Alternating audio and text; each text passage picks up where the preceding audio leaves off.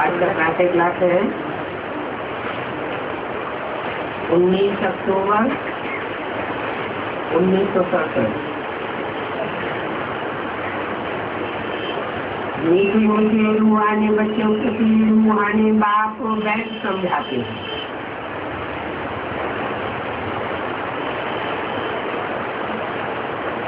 समझाते हैं पहले तुम आत्मा हो, ये निश्चय रखना है। बच्चे जानते हैं हम आत्मा परमधाम से आती है और यहाँ शरीर लेकर के पाठ बजाती है। मनुष्य फिर समझते हैं हम शरीर ही पाठ बजाते हैं। ये है बड़े से बड़ी भूल।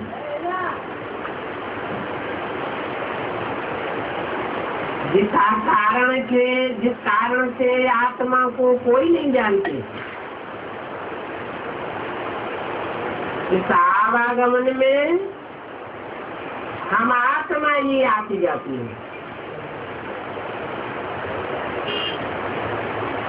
इस बात को भूल जाते हैं, इसलिए बाप को ही आकर के आत्माभिमानी बनाना पड़ता है। ये बात भी कोई नहीं जानते हैं। बाप ही बैठ समझाते हैं आत्मा कैसे पाठ बजाती है। आत्मा में सारा पाठ भरा हुआ है।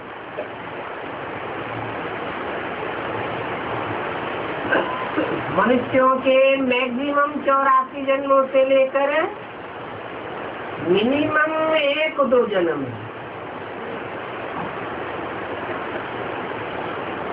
क्योंकि आत्मा को पुनर्जन्म तो लेते ही रहना है।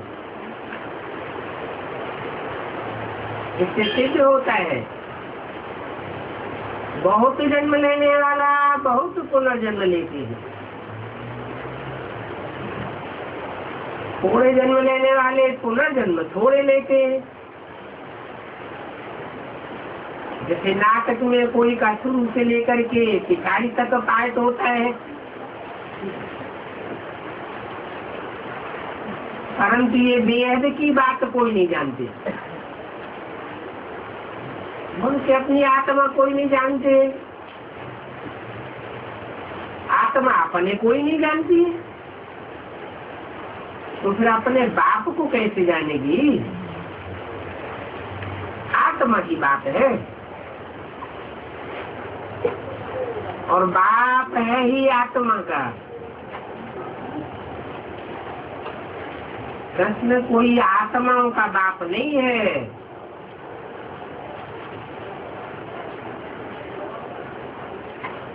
कृष्ण को निराकार तो नहीं कहेंगे,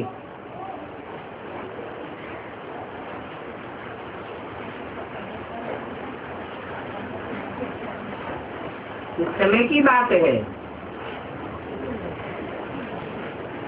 कि कृष्ण को निराकार नहीं कहेंगे, बाप को ही निराकार कहेंगे। संगम युग का ही ज्ञान है। संगम युग में बाप आते हैं तो निराकार रूप में संसार के सामने प्रत्यक्ष होते हैं और धर्म पिताओं ने भी उनको फॉलो किया है। सब धर्म पिता निराकार स्टेज वाले हैं। बाप तो है ही बापों का बाप, संपूर्ण निराकारी निर्विकारी निरहंकारी। परंतु कृष्ण तो सृष्टि का पहला पत्ता है। सृष्टि है साकार, साकार सृष्टि का पहला पत्ता भी साकार।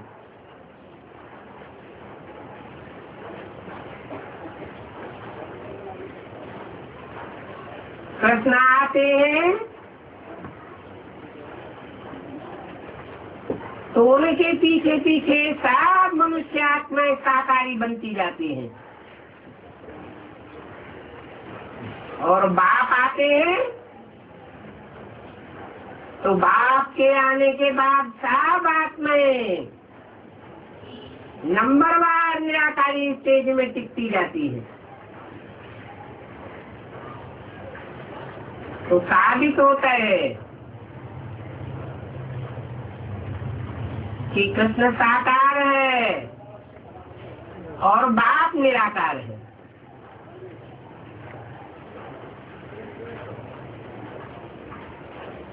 कृष्ण को बाप नहीं कह सकते,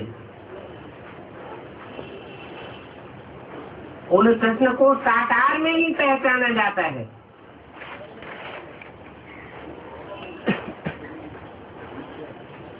और बाप को, बाप जब तक निराकारी स्टेज में बच्चों के सामने प्रत्यक्ष न हो, अव्यक्त स्टेज में बच्चों के सामने प्रत्यक्ष न हो, बल साधारण तन में आता है, तब तक बच्चे बाप को समझ नहीं सकते। आत्मा तो सबकी है, कृष्ण की भी आत्मा है, बाप की भी आत्मा है, और हर एक आत्मा ने अपना अपना पार्ट उड़ा हुआ है। ये बातें तुम्हारे में नंबरवार पुरुषार्थ अनुसार ही समझा सकते हैं। अभी तुम बच्चों ने समझा है हम आत्मा 84 जन्म कैसे लेती है।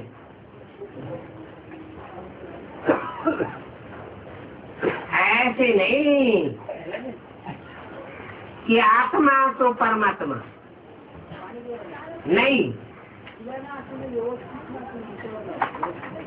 बाप ने समझाया है हम आत्मा पहले पहले देवता बनती है,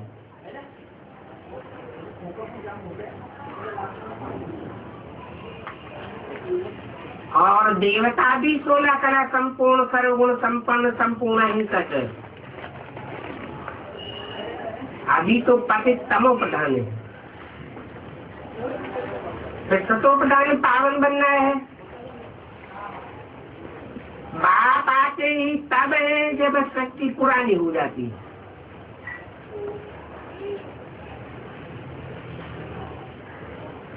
बाप के आने का मकसद ही है पुराने को नया बनाना।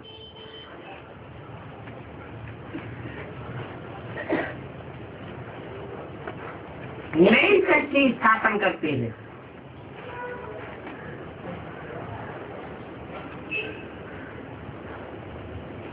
नई दुनिया में है ये आदि सनातन देवी देवता धर्म।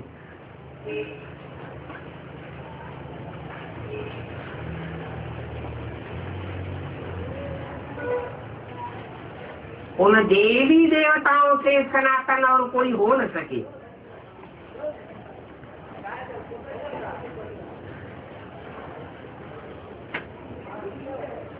उन देवी देवताओं के लिए ही कहेंगे कि पहले पहले कलियुगी शुद्ध धर्म वाले थे,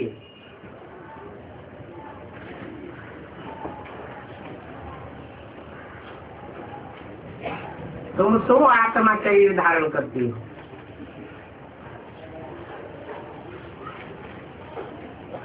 क्योंकि आत्मा का तो कोई धर्म होता नहीं है।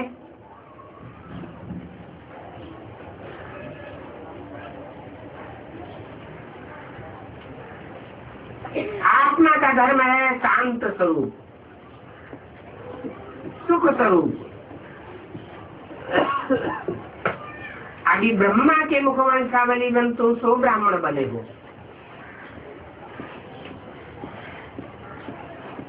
तो ब्राह्मण कुल में आते हो, परंतु ब्राह्मण कुल की डायनेस्टी नहीं होती है। ब्राह्मण साफ सेवाधारी है, उनकी राजाई चलती नहीं। ब्राह्मण कुल वाले कोई के ऊपर राजाई नहीं करते हैं। और अगर यहाँ कोई करते हो तो कोई के ऊपर कंट्रोल चलाते हो, आर्डर चलाते हो, रिक्वेस्ट करके काम न निकालते हो, तो उनको क्या कहेंगे?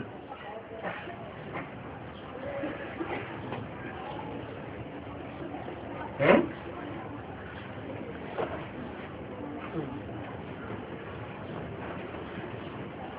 क्या कहेंगे? कि वो पक्के ब्राह्मण कुल के सूर्यवंशी नहीं है। इस समय भारत में न ब्राह्मण कुल राजा ही करते हैं और न शूद्र कुल राजा ही करते हैं। न ईश्वरीय कुल राजा ही करते हैं, न आसुरी कुल राजा ही करते हैं। दोनों को राजा ही नहीं है। फिर भी उनका प्रजा के ऊपर प्रजा का राज्य तो चलता है।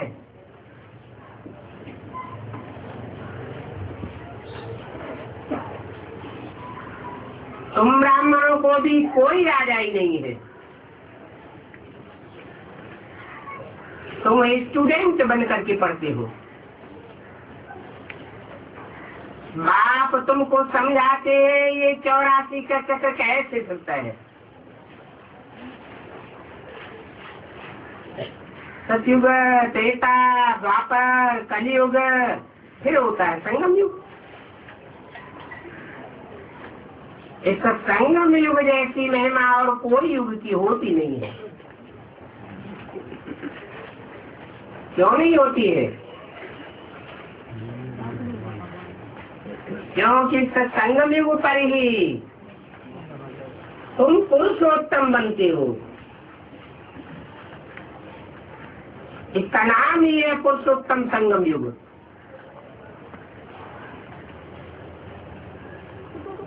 सतयुग से त्रेता में आते हैं तो 2 कलाएं कम हो जाती है। तो कलाएं कम हो गई तो उनकी महिमा क्या करेंगे?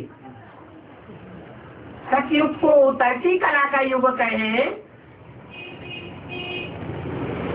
या संगम युग को चढ़ती कला का युग कहें, तो संगम युग की महिमा है। फिर बनाने वाले की भी महिमा हो जाती है। बाप के आने मात्र से ही संगम युग पुरुषोत्तम संगम युग हो जाता है।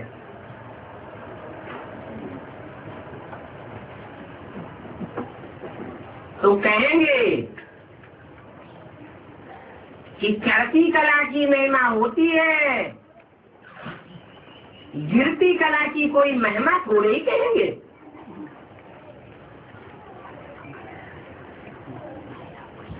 उनकी महिमा क्या करेंगे? कलयुग को कहा जाता है पुरानी दुनिया। अभी नई दुनिया स्थापन होनी है जहाँ देवताओं का राज्य होता है।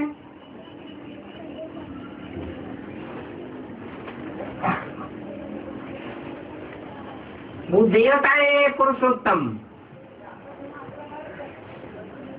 फिर कला कम होते होते कनिष्ठ सूत्र बुद्धि बन जाते हैं।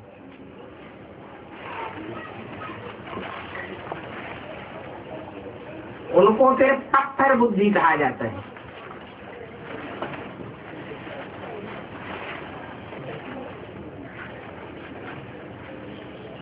ऐसे पत्थर बुद्धि बन जाते हैं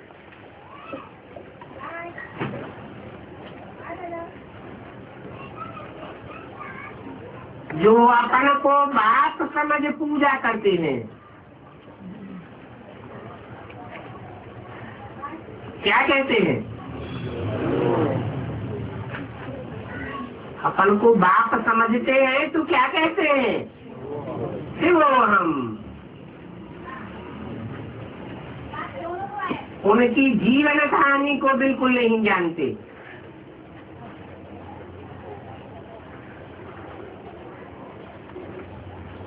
बच्चे बाप के जीवन को न जाने तो वर्षा कैसे मिलेगा? अभी तुम बच्चे बाप के जीवन को जानते हो, उनसे तुमको वर्षा मिल रहा है। बेहद के बाप को याद करते हो, जाते भी है तुम माता पिता हम बालक तेरे, तुम्हारी कृपा से सुख घनेरे। तो जरूर सुख घनेरे देने के लिए बाप आया होगा, तब तो सुख घनेरे दिए होंगे। बाप कहते हैं अभी मैं आया हुआ हूँ, अपार सुख तुम बच्चों को देते हैं।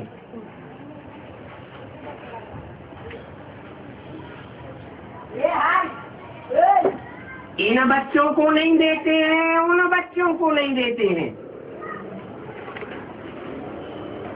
तुम बच्चों को अथाह सुख देते हैं। क्या मतलब हुआ? जो प्रैक्टिकल में आए हुए साकार में निराकार बाप के सन्मुख बैठने वाले पढ़ने वाले बच्चे हैं, उनको अपार सुख मिलते हैं।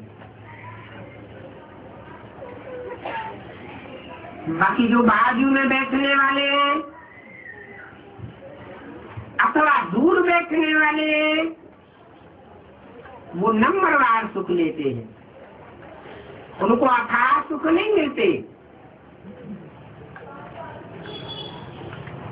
बच्चों की बुद्धि में ये नॉलेज अच्छी रीति रही है तो बहुत नशा चढ़ेगा। इसलिए तुम सुदर्शन चक्रधारी बनते हो।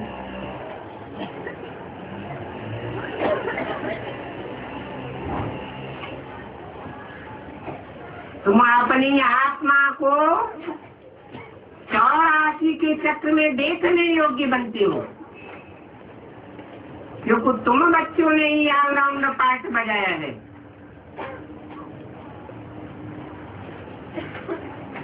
तुमको अब ज्ञान का तीसरा नेत्र मिला है। अभी तुम जानते हो हम 100 देवता बनते हैं।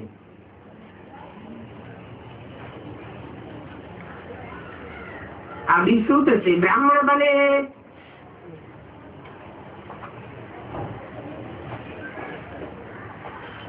कलयुग में भी ब्राह्मण तो है ना,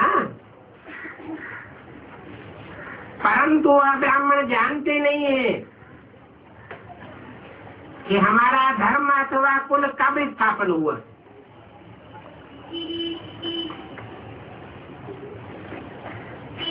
क्योंकि वो है ही शुद्ध संप्रदाय।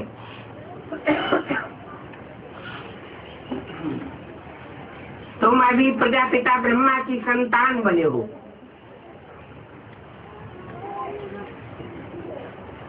उनसे ब्राह्मण नहीं जानते।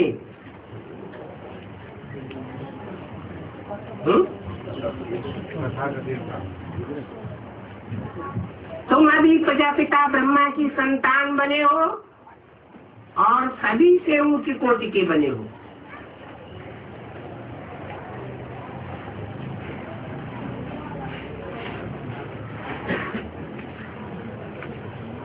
बाप बैठ तुमको सर्विस सिखाते,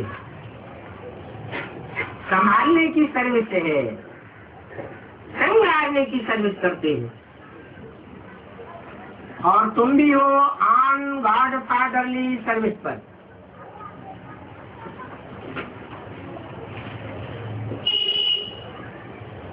अक्टूबर संसद की वाणी का दूसरा पेज। गॉड फादर भी कहते हैं हम आए हैं सब बच्चों की सर्विस में। तुम सब बच्चों को सुख का रास्ता बताना है। बाप कहते हैं अब चलो घर। मनुष्य भक्ति भी करते हैं मुक्ति के लिए, तो जरूर उनका जीवन बंद है। बाप इन भक्तों के दुख से छुड़ाते हैं।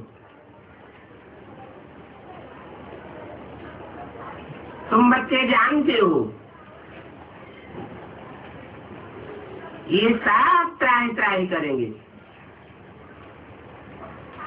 कौन है?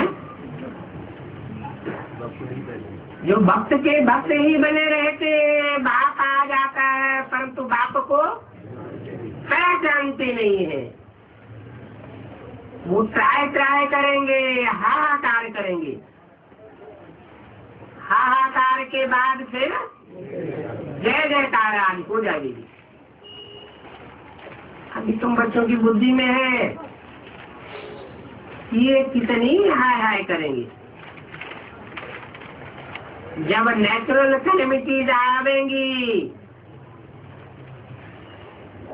दूसरी ओर यूरोपवासी यादव भी है। बाप ने समझाया है यूरोपवासियों को यादव कहा जाता है।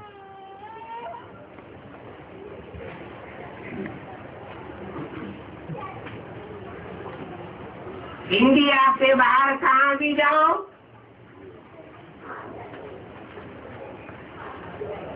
तो यूरोपवासी ही मिलेंगे।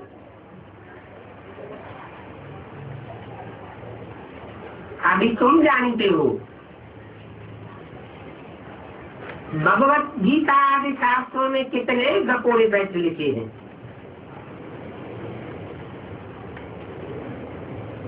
गुड़ियों का जैसे खेल है, लिख दिया पेट से मूसल निकाले, फिर उनको बैठ शराप दिया।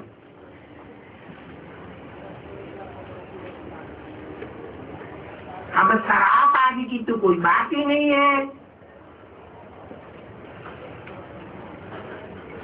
ये तो ड्रामा है।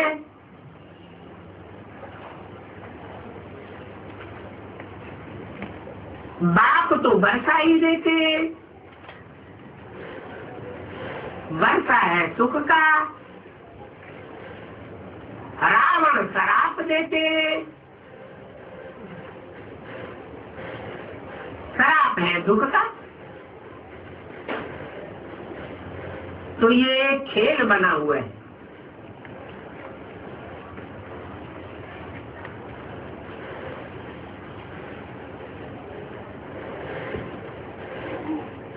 शराप देने वाले का और सुख का वर्षा देने वाले का।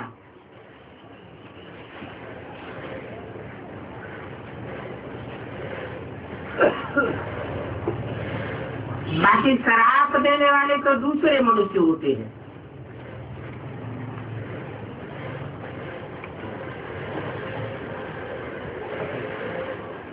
दूसरे मनुष्य और पहले मनुष्य, क्या मतलब हुआ?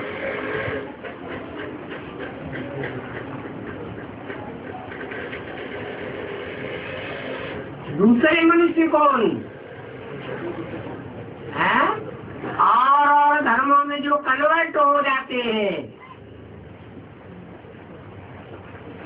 उनकी बात है। वो शराप देने वाले होते हैं और उस शराप को उतारने वाले भी होते हैं।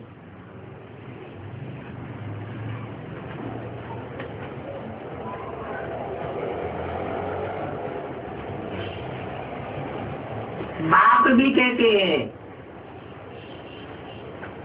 कोई कोई का पाठ है इस ज्ञान में थमाने का,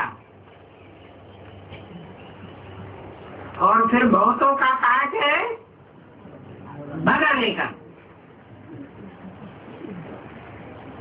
बाप के दरबार में थम आते हैं तो जैसे वर्षा देने दिलाने के निमित्त बनते हैं, और बाप के दरबार में आने वालों को भगाते हैं तो जैसे शराब देने के निमित्त बन जाते हैं।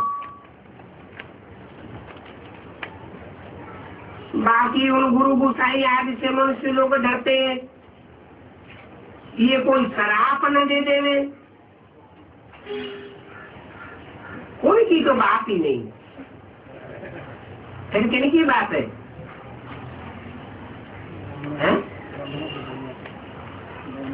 ये ब्राह्मणों की दुनिया में ही ऐसे गुरु लोग बैठे हुए हैं जो बाप को पूरा नहीं पहचानते हैं,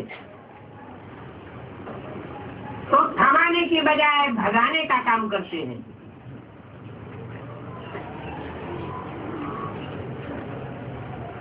वास्तव में जो ज्ञान मार्ग में है वो शराब कोई दे नहीं सकते।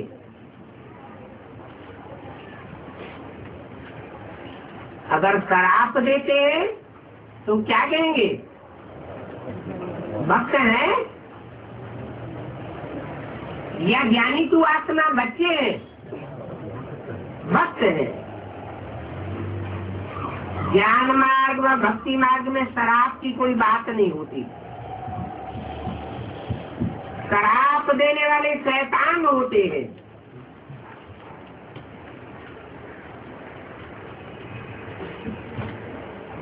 जो रिद्धि सिद्धि आदि बैठ सीखते हैं, बहुत दुख देते हैं और पैसे भी बहुत कमाते हैं।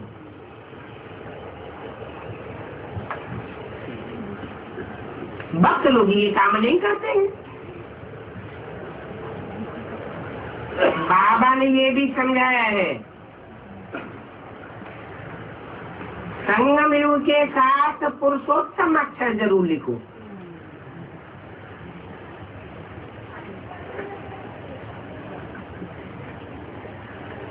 क्यों?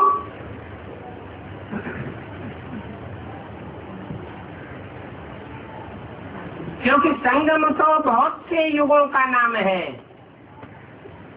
सतयुग त्रेता का भी संगम है, त्रेता द्वापर का भी संगम है, द्वापर कलयुग का भी संगम है,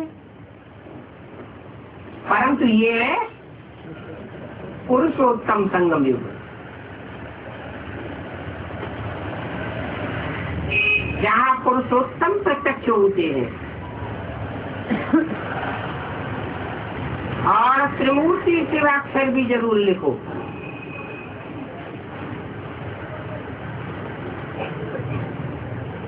और प्रजापिताक्षर भी जरूर लिखना है।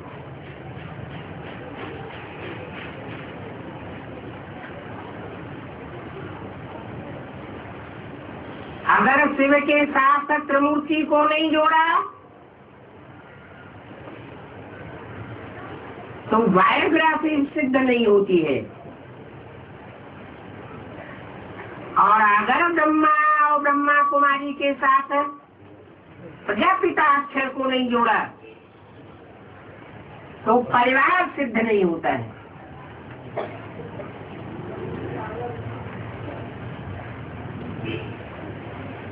और ब्रह्मास्त्र नाम तो बहुतों के,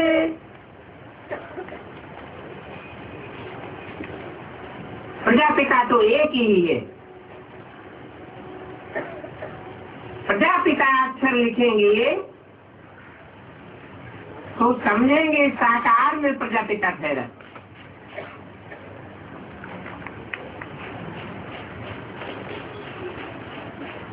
प्रजा साकार में होती है तो साकार प्रजा का पिता भी साकार में चाहिए। सिर्फ ब्रह्मा लिखने से सूक्ष्म बतनवासी ब्रह्मा समझ लेते हैं।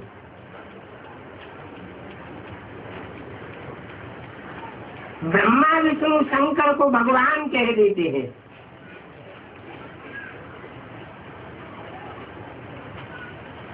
प्रजापिता लिखेंगे तो समझा सकेंगे कि प्रजापिता तो यहाँ है, सूक्ष्म वतन में कोई प्रजा नहीं रची जाती, तो सूक्ष्म वतन में प्रजापिता ब्रह्मा कैसे हो सकता है? ब्रह्मा और विष्णु का तो दिखाते हैं नाभि से निकला,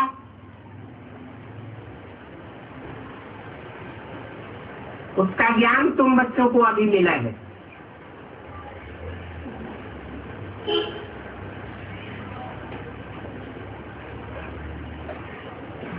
क्या ज्ञान मिला है? यज्ञ के आदि में कोई विश्व स्वरूप आत्माएं थी,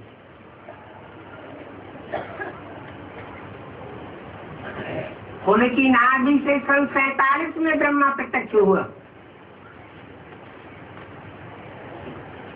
प्रत्यक्ष होना शुरू हुआ।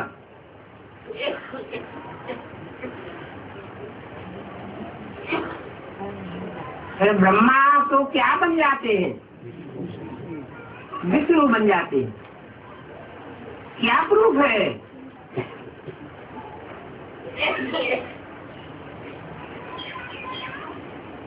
प्रूफ चाहिए।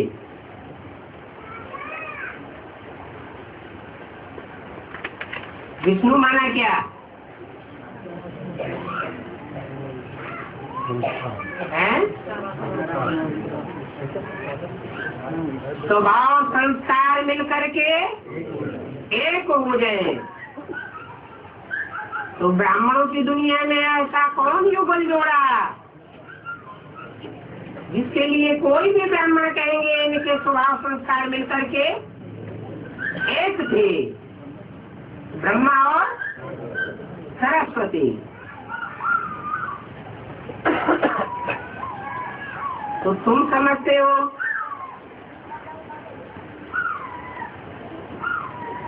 कि ब्रह्मा की नाभि से विष्णु और विष्णु की नाभि से ब्रह्मा कैसे निकलता है?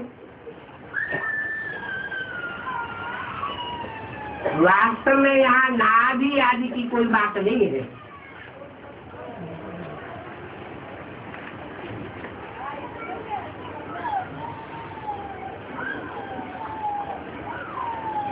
नाभि माना लंबे समय के पुरुषार्थ के बाद।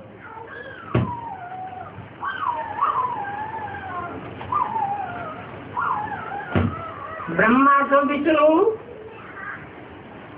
और विष्णु तो ब्रह्मा कैसे बनते हैं? ये सारा चक्र का ज्ञान तुम इन चित्रों पर समझा सकते हो।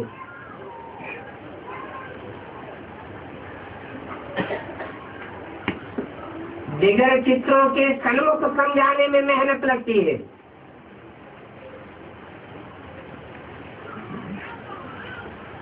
ऐसे घुमाए फिराए तुम समझा सकते हो। अच्छा बताओ,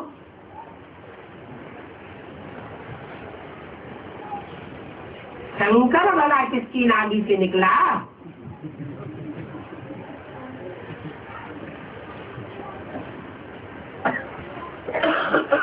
बच्चों को ये समझाया है कि शंकर का कोई पार्ट नहीं है।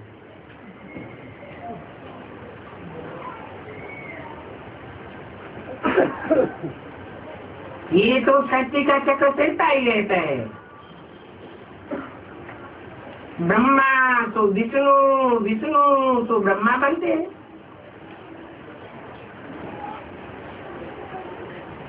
ये लक्ष्मी नारायण ही 84 का चक्कर खाए फिर एडॉप्टेड ब्रह्मा सरस्वती बनते हैं।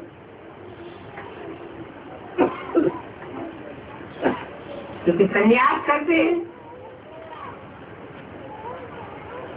बाबा ने पहले से ही नाम दे दिए हैं। जब भक्ति बनी तो नाम दिए, फिर उनमें से कितने चले गए। इसलिए समझाया जाता है ब्राह्मणों की माला होती नहीं है,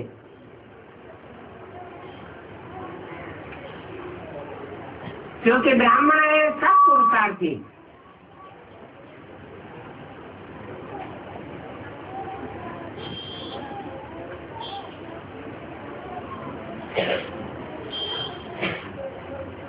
ब्राह्मणों का बाप कौन है? ब्रह्मा। ब्रह्मा। और ब्रह्मा का बाप कौन?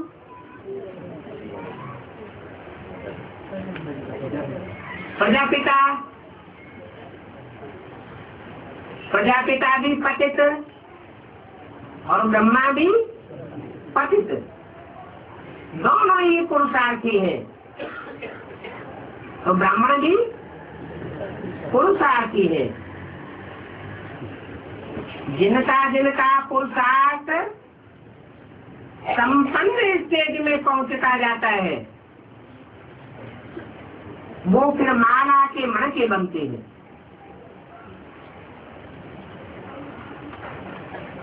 नहीं तो जब तक पुरुषार्थी है तब तक कब ऊपर कब नीचे होते रहते हैं।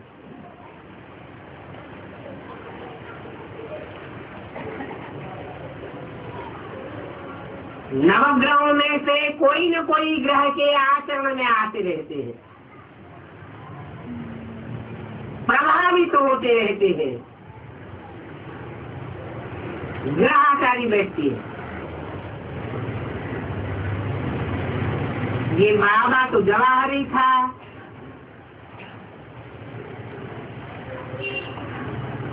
मोतियों आदि की माला कैसे बनती है वो सब जानते हैं, अनुभवी है।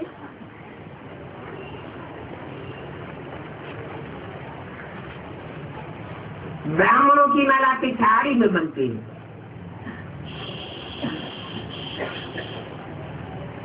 समझाना चाहिए। जो रुद्रमाला है तो ही ब्राह्मणों की अंत की माला है।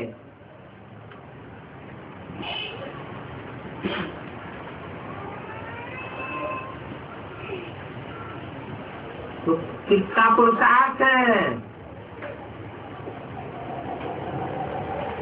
अंत में पूरा होगा।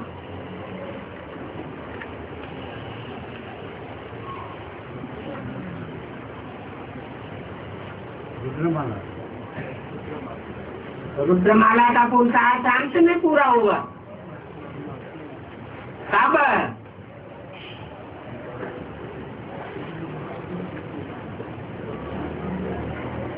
जब ब्रह्मा की बनाई हुई जो माला थी जो टूटती रहती थी,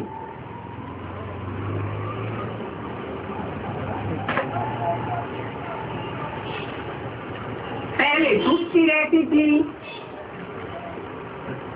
फिर प्योरिटी की पावर से आगे बढ़ जाती है।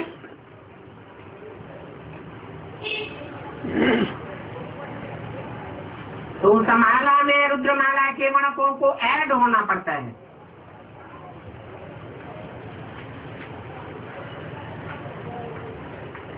दोनों तरफ ही ये बात लागू होती है। अंदर वाले रह जाएंगे, बाहर वाले ले जाएंगे।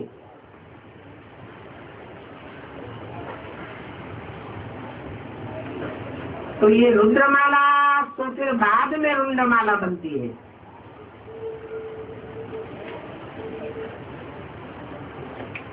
रुंडमाला कही जाती है विष्णुमाला।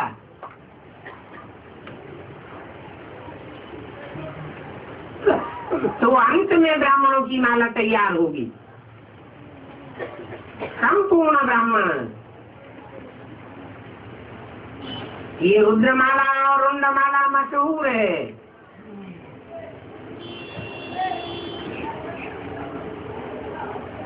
रुद्रमाला सोई से रुंडमाला। रुद्रमाला तो रुद्रमाला। ये बुद्धि में याद रखना चाहिए।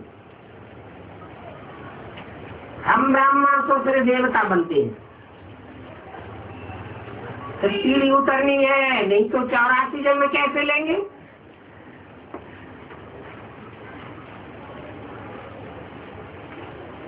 चौरासी जन्मों के हिसाब से ये निकाल सकते हैं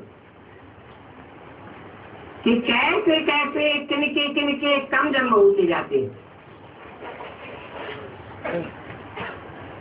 तुम्हारा आधा समय पूरा होता है तो फिर दूसरे धर्म वाले ऐड होते जाते हैं।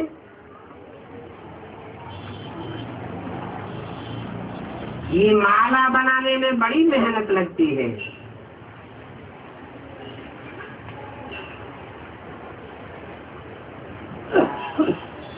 बड़ी संभाल से मोतियों को टेबल पर रखा जाता है।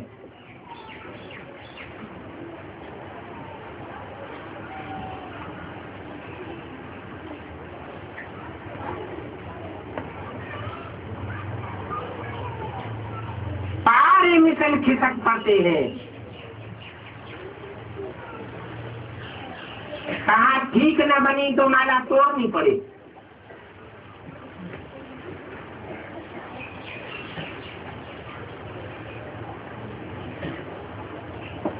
माला के दानों के एक एक जैसे ग्रुप अलग अलग तैयार करने पड़ते हैं।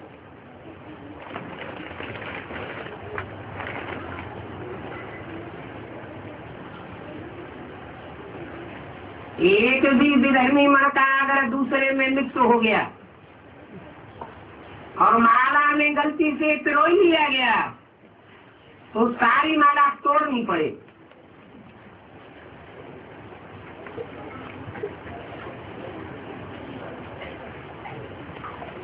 इसके लिए क्या दंड है?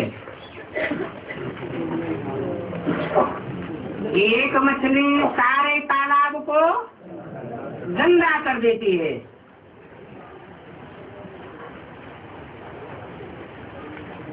तो ये तो बहुत बड़ी माला है। तुम बच्चे जानते हो हम पढ़ते हैं नई दुनिया के लिए।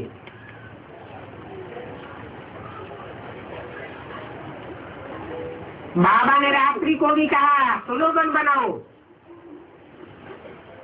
हम शूद्र से ब्राह्मण, ब्राह्मण से देवता, फिर देवता से क्षत्रिय, क्षत्रिय से वैश्य, वैश्य से शूद्र कैसे बने,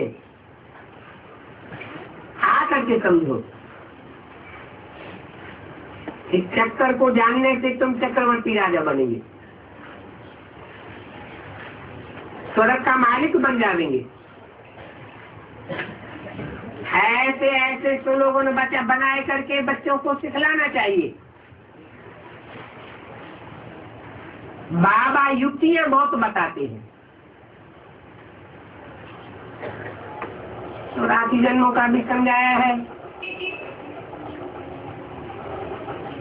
मैक्सिमम देवताओं के ही 84 जन्म होते हैं।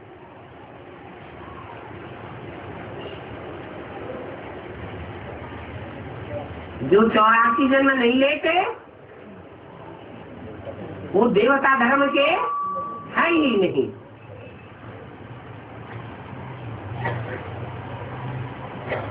फिर उनकी कम वैल्यू हो जाती है। सबसे जास्ती वैल्यू तुम्हारी है। तुमको हीरो हीरोइन का पार्ट मिलता है।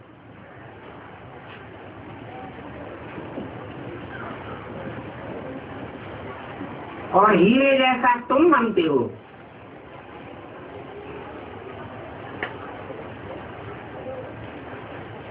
फिर चक्कर लगाए कौड़ी मिसल बन पड़ते हो। अब जब कि हीरे जैसा जन्म मिलता है तो कौड़ियों की पिछाड़ी क्यों माथा मारते हो? 19 अक्टूबर सन 67 की वाणी का तीसरा पेज।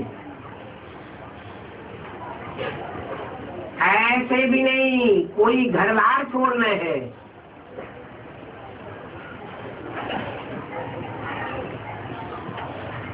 बाबा तो कहते हैं गृहस्थ व्यवहार में रहते कमल फूल समान पवित्र रहो, और सत्य के नॉलेज को जान करके दैवी गुण धारण करो। ऐसा करने से तुम हीरे मिसल बन पड़ेंगे। बरोबर भारत 5,000 वर्ष पहले हीरे जैसा था। ये है तुम्हारी अहम ऑब्जेक्ट। इन लक्ष्मी नारायण के चित्र को बहुत महत्व देना है।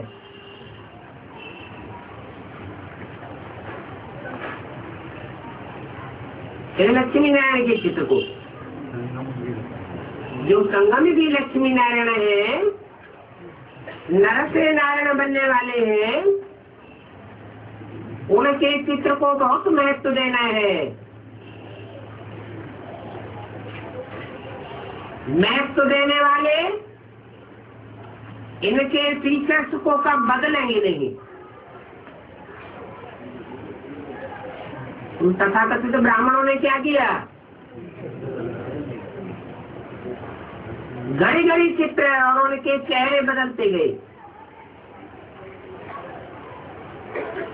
तुम बच्चों को बहुत सर्विस करनी है। प्रदर्शनी और म्यूजियम पर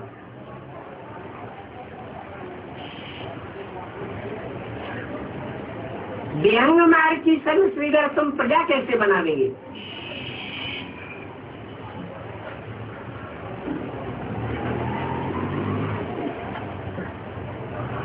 ब्राह्मणों ने तो ढेर सारी प्रदर्शनियां की है, ढेर सारे म्यूजियम बनाए लिए,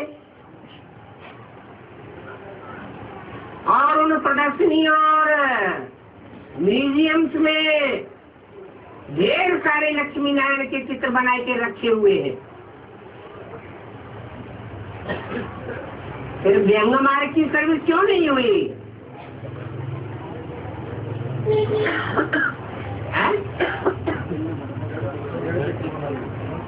क्योंकि उन्होंने जड़ चित्रों की तैयारी की है। जड़ चित्रों का परिचय दिया।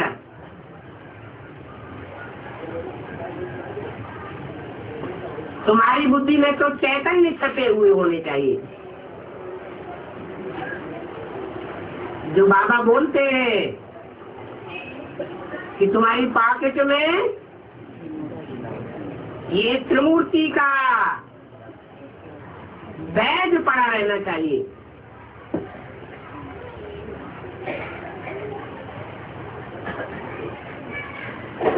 मन इस ज्ञान को कोई सुनते भी है, परंतु उच्च पद कोई बिरले ही पाते हैं। उनके लिए कहा जाता है कोटों में को सारा सिद्धि कोई लेते हैं ना, 40-50 बालक स्कूल में होते, तो उनमें से कोई एक स्कॉलरशिप लेता है।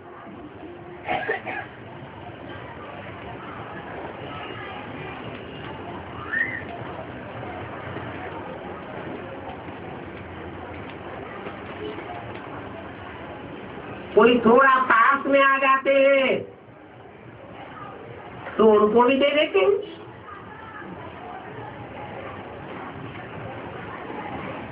पास में तो बहुत है, 8 दाने 100 भी नंबरवार। पहले पहले राजगद्दी पर बैठेंगे,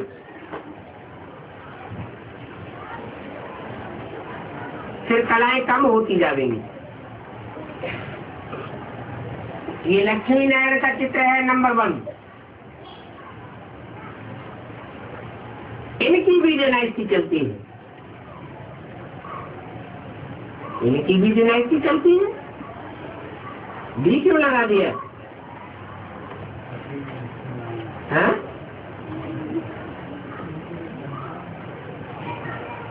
अरे और भी कोई और कौन है?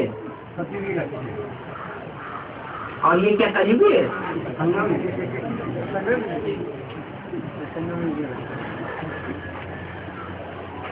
बोला 8 दाने तो भी नंबरवार है।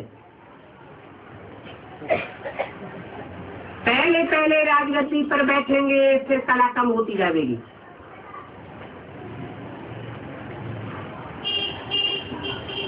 कहाँ की बात?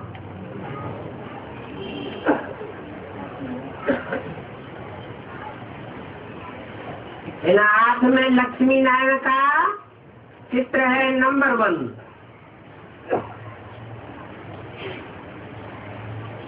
इनकी भी डिनाइटी चलती है। नंबर 1 की भी डायनेस्टी चलती है, तो नंबर 2, 3 और 8 वालों की डायनेस्टी नहीं चलती होगी क्या?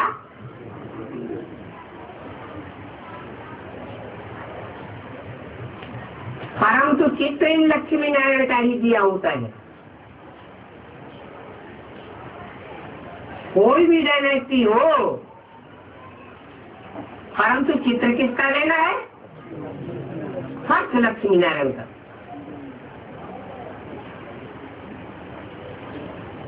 यहाँ तुम जानते हो चित्र भी बदलते रहते हैं। कौन बदलते हैं?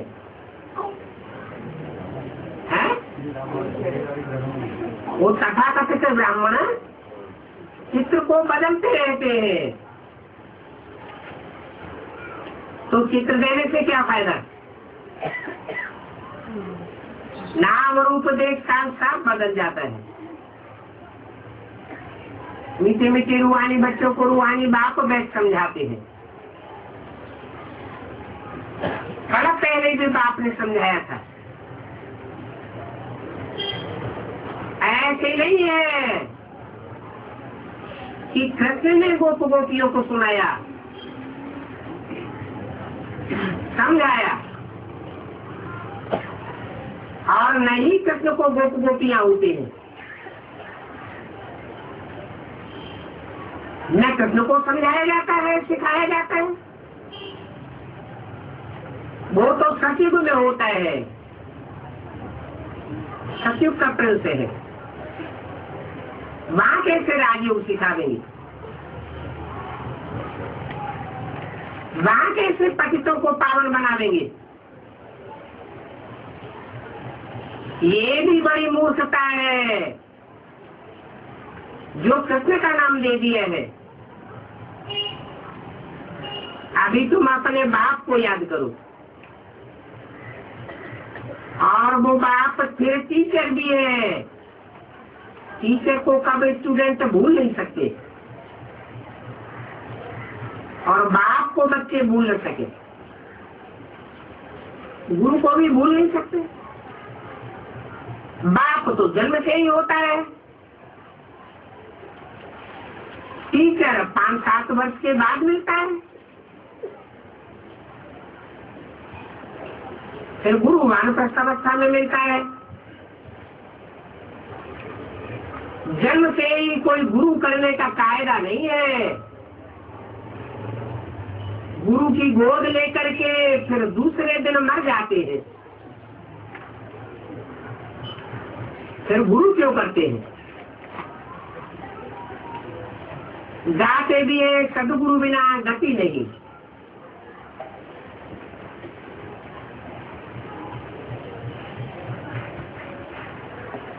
तो गुरु बनाने का मतलब क्या हुआ?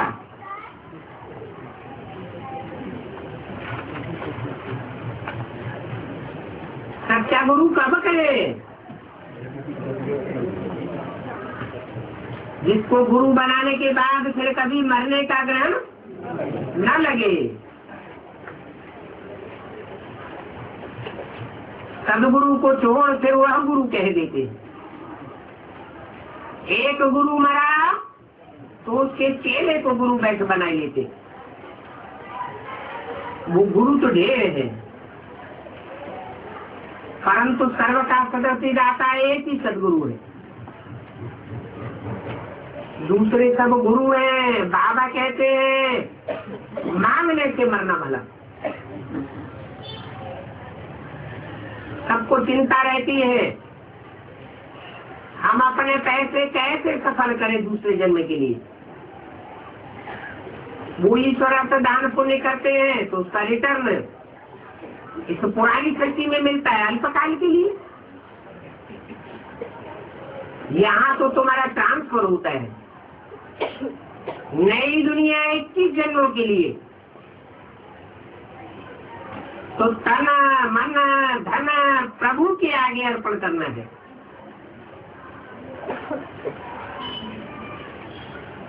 तो कब करेंगे?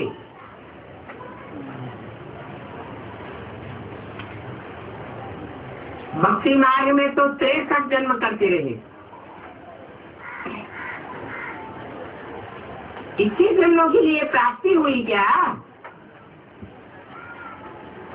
एक जन्म के लिए भी क्या अविनाश की प्राप्ति हुई?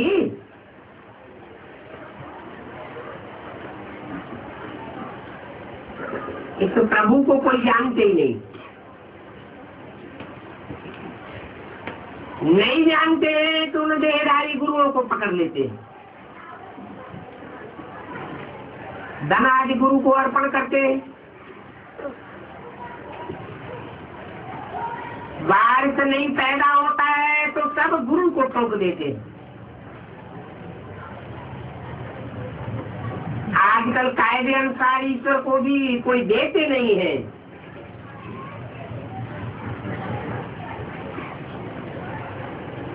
किसको देते हैं?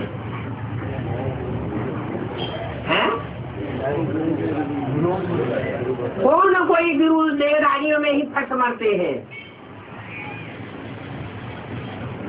बाप की आवाज एक कान से सुनते और दूसरे कान से निकाल देते हैं। ये सन्यासी आके देखो और करोड़पति बन गए हैं।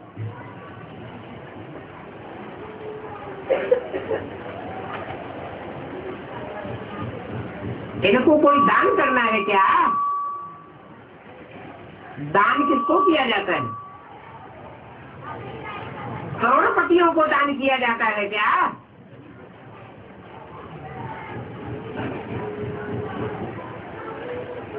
बाप समझाते हैं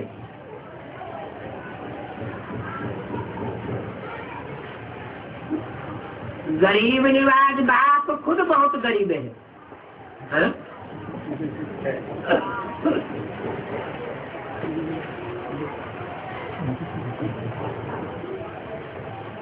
तो बहुत गरीब है।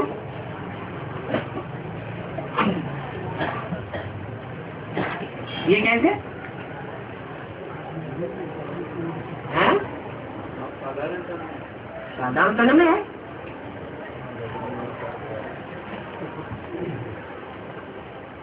तो गरीब निवाज कैसे है?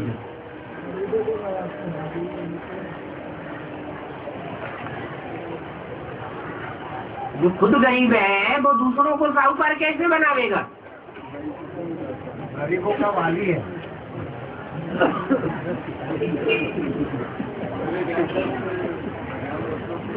बाप समझाते हैं बाप बहुत गरीब है,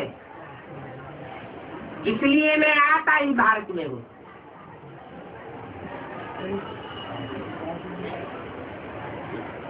तुमको आकर के विश्व का मालिक बनाता हूँ।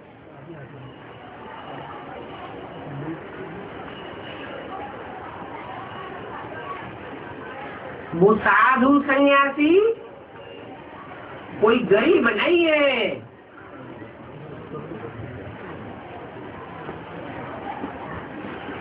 पकड़ने वाले जब पकड़ते हैं तो ढेर सारे लाकर से निकल पड़ते हैं, बैंक बैलेंस निकल पड़ता है।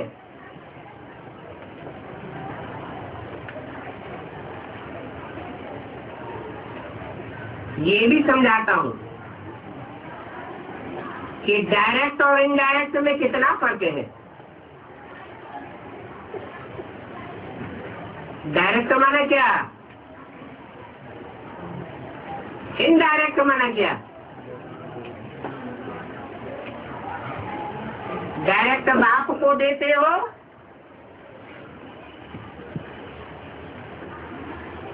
तो डायरेक्ट कहा जाता है, और गुरुओं के थ्रू देते हो तो इनडायरेक्ट कहा जाता है। वो तो सब कह देते हैं हम ईश्वर अर्पण करते हैं, परंतु ईश्वर को अर्पण करते थोड़े ही है, सब बेसमझ है। तुम बच्चों को अब समझ मिलती है तो तुम बेसमझ से समझदार बनते हो, बुद्धि में ज्ञान है, बाप तो कमाल करते हैं। जरूर से अच्छे बाप से बेहद का वर्षा मिलना चाहिए। बाप से तुम वर्षा लेते हो दादा द्वारा, दादा भी उनसे वर्षा ले रहे हैं। दादा कौन है?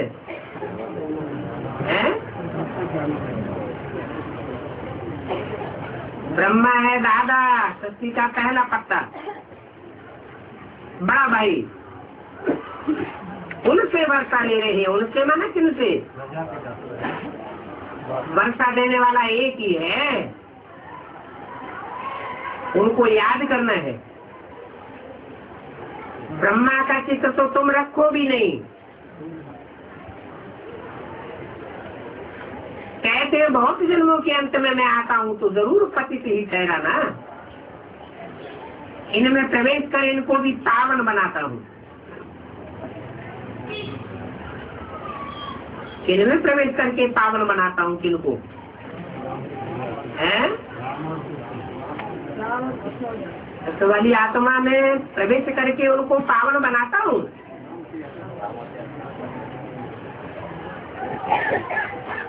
भला कृष्ण के अंतिम 84वें जन्म में प्रवेश करके उनको पावन नहीं बनाता हूँ, परंतु फिर भी कृष्ण की आत्मा राम के अंतिम चोले में प्रवेश करके पावन बनती है। इसलिए बोला इनमें प्रवेश करे इनको पावन बनाता हूँ।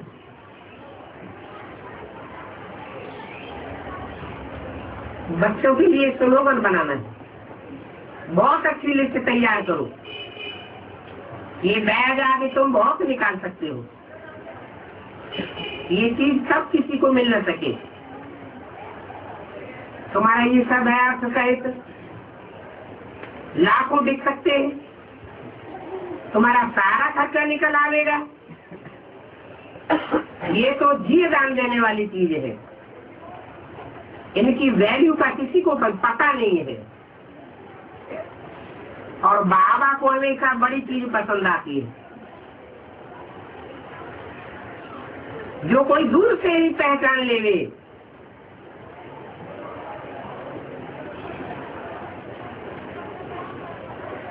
चित्र बनाने वाले भी तुमको मिल जाएंगे। अच्छा, मीठे मीठे बच्चों को गुड मॉर्निंग और नमस्ते। ओम शांति।